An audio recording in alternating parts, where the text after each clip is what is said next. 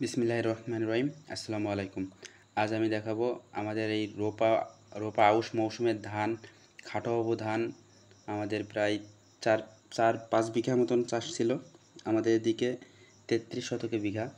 তো আপনারা দেখতে পাচ্ছেন যে চাষি বাড়ি আপনার যখন শুধু ঘন ঘন বৃষ্টি হওয়ার কারণে যেখানে সেখানে ধান ছড়িয়ে ছিটে আছে। তো এইগুলো এখন সব এক জায়গায় করে ধান উড়োবো বা ধান থেকে ময়লা আলাদা করব, ঠিক আছে? তো এই যে পাওয়ার টিলারের মাধ্যমে, এই পাওয়ার টিলারে পাখা লাগিয়ে এর মাধ্যমে আমরা ধানগুলোর থেকে আবর্জনা দূর করব। এখানে এই আমার হাতের এই পুলিটা থাকে, এই পুলিটা খুলে নিয়ে এই পাখাটা লাগানো হয়েছে। তো এখন আমি আর আমার আব্বা দুজনে মিলে ধানগুলো উড়াবো, যদিও আমার মা সাথে ছিল।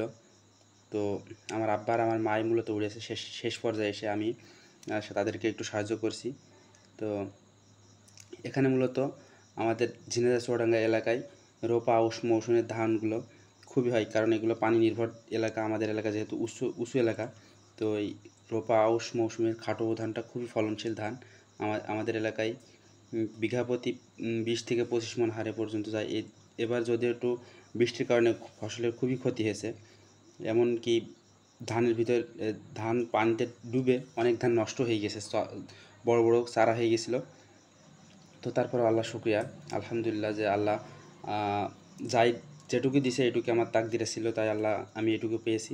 আল্লাহর প্রতি লাখো কোটি শুক্রিয়া যে আমরা কিছু পেয়েছি। তবে বানভাসী মানুষের যে অবস্থা, তার থেকে আলহামদুলিল্লাহ আমাদের অনেক ভালো আছে। এটাই আল্লাহর কাছে শুক্রিয়া। তো আমাদের চুয়াডাঙ্গা এলাকা রোপা আউশ মৌসুমে বাংলাদেশের ভিতর দ্বিতীয় স্থানে এই রোপা আউশ ধান উৎপাদনে। তো এখন আমাদের ধান উড়াতে উড়াতে মাগরিব আজান দেওয়ার কারণে নামাজ পর আবার আমরা ধানগুলো গুছাই। তো আমি মসজিদে পড়তে যাই, আর আব্বার মা বাস্তাগুলো ভরার পর আবার এইগুলো নামাজ পর, যেহেতু মাগরিবের পর সন্ধ্যা হয়ে যায়, সন্ধ্যার সময় ধানগুলো উঠাচ্ছিলাম। আমার ভাইও, সেও প্রাইভেট পড়ে এসে সাহায্য করছিল আমাদের সাথে। এগুলো এক একটা বাস্তায় প্রায় 1 মণ 5-7 কেজি করে ধান আছে। তো এগুলোর আকাশে হালকা মেঘ করছিল, এই জন্য একটু কাজগুলো দ্রুত করার চেষ্টা করছিলাম। যে আমার আব্বুগুলো বাস্তার মুখগুলো বেঁধে দিচ্ছিল, আর আমি সেগুলো মাথায় করে একটা গাদা বানাচ্ছিলাম। তো যেহেতু আমরা ধানগুলো রাখবো না, বিক্রি করে দেবো, এই ধানে এখন রাখলে ধানের দাম কমে যাবে। এখন যেহেতু চাহিদা আছে, বাজারে বিক্রি করে দেবো, এই জন্য আর ঘরে উঠাচ্ছি না এগুলো। এখান থেকেই বুধবারে আমাদের এখানে 10 মাইলের হাট, এগুলো আমরা 10 মাইলের হাটে ওঠাবো ইনশাল্লাহ।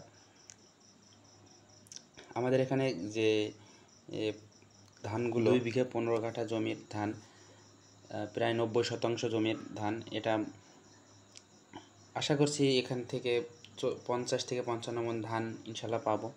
যদিও এর যে ফলন, আশানুরূপ ফলন হয়নি, তারপর আলহামদুলিল্লাহ যে পানিতে এমন পরিস্থিতি হয়ে গিয়েছিল যে 1 হাত পানি নিচে ধানগুলো ছিল।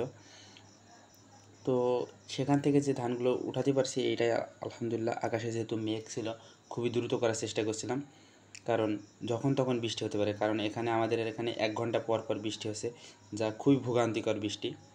তো এগুলো যেহেতু মানুষের হাতে না, আল্লাহর হাতে, তো আল্লাহ এর ভিতরে কোনো না কোনো উত্তম পরিকল্পনাকারী, কোনো না কোনো রহমত ঠিকই আছে। এই জন্য তার প্রতি আল্লাহর প্রতি লাখো কোটি শুকরিয়া যে আমরা যে বানভাসী মানুষ, তাদের যে পরিস্থিতি, ভোলা নেত্রকোনা, এদের যে পরিস্থিতি, এদের থেকে আলহামদুলিল্লাহ আল্লাহ আমাদের অনেক ভালো রেখেছে।